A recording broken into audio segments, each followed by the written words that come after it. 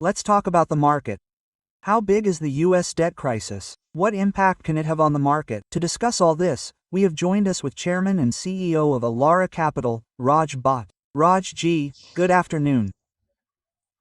Many people are saying that this is self-made destruction, or destruction is a strong word. This is a self-made problem of America, because of the policies of Mr. Trump. Anyway, leaving that aside, how are you looking at these rising bond yields? And look at its impact.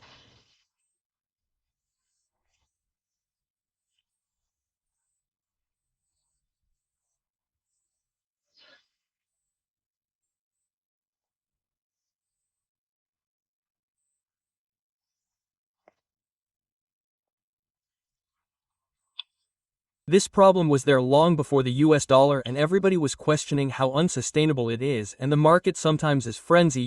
They ignore many things, so we saw that because earlier the main topic was terrifying, how the market corrected, they needed reason correct, and the market sharply went up. I don't understand why the market had to go up, because nothing is resolving, it's just an extension of time. And bond yields, because yesterday we saw a spike in the bond yields because the yields were not muted, so right now we are running 4.6% on a 10-year tragedy. I look at 10-year treasuries, which is more that where most of the borings there with the US, and of course 30 cross 5%, so this is an alarming sign, because they have $7 trillion a day they have to auction this year. 2 trillion is the deficit, which is the increase in the day will happen. 5 trillion refinancing, and who is going to buy by this day? Because earlier the country like China piling up in the US tragedy, and China, if you look at the Chinese numbers, they have brought down the US tragedy holdings from 1.3 1.4 trillion to 700 billion, and most of the money they sold the US trade, they went into gold. So they have a problem of this, that without losing all this it can become a serious problem, because Fred is also singing with 6.5 trillion of this day, which is most like fixing. Why should Fred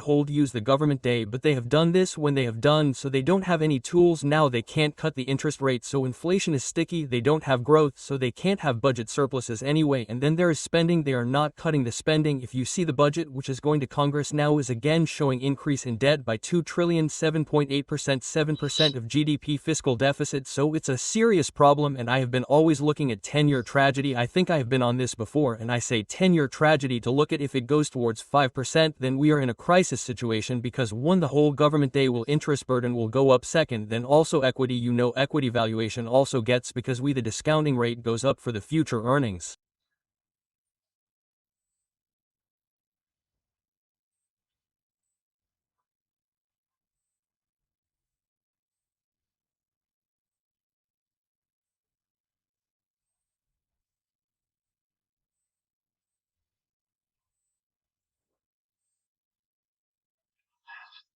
So it's a serious problem, and I don't know what the solution is going to be, and I personally think that it can lead to many other problems.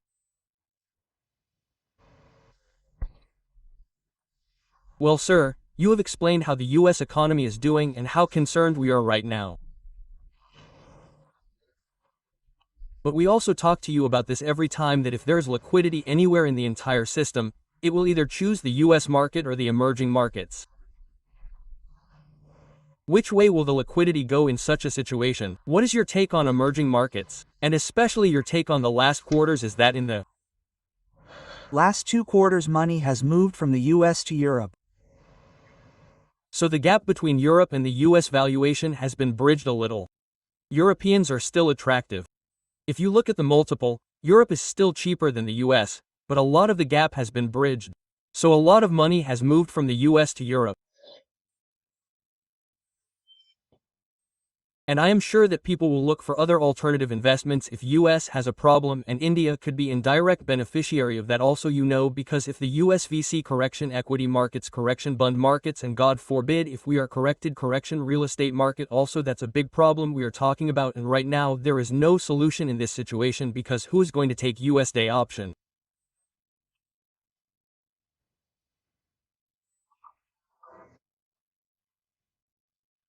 So unless they increase taxes, cut budget deficit, it's going to be a problem, and right now we are in denial mode. I think US, they say nothing, fine.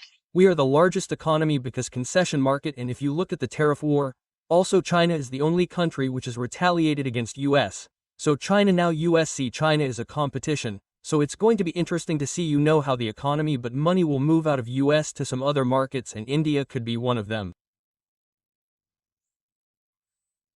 Yes, this is. Also a question Raj G. Good afternoon, Shreya, I am talking. This was regarding the way crisis is being seen in US. So what is your stance on FI, sir? Can it come in emerging markets like India or is it a concern for India as well? No, a little bit. The sentiments will impact markets globally if the US goes down. And the US problem is now the day is the problem. Now the deficit is the problem, and the declining dollar is the problem. The dollar is also declining, that means they will import inflation, and this, I think, yesterday UK numbers came out. CPI was 3.6% surprising everybody, so I won't be surprised when we find the US inflation number. CPI also comes in the same race 3.5–4%, and then the Fed will have no room to cut interest rates. They can't do much again, because they already have a bloated balance sheet they've got. So, the only option they've got is, they cut their day. And for that they will have to cut spending. And that's not going to happen overnight, because it's a super tanker on a highway. You can't just put a brake to it. And so we have a serious problem. This problem will persist for some time. And if we have to watch this 10-year tragedy, if it moves towards 5%, then we have a very, very right signal. This is not good for the US economy and globally as well. The dollar being a reserve set. Well, Raj G, thank you very much for joining us today and talking about this most important topic of today's market.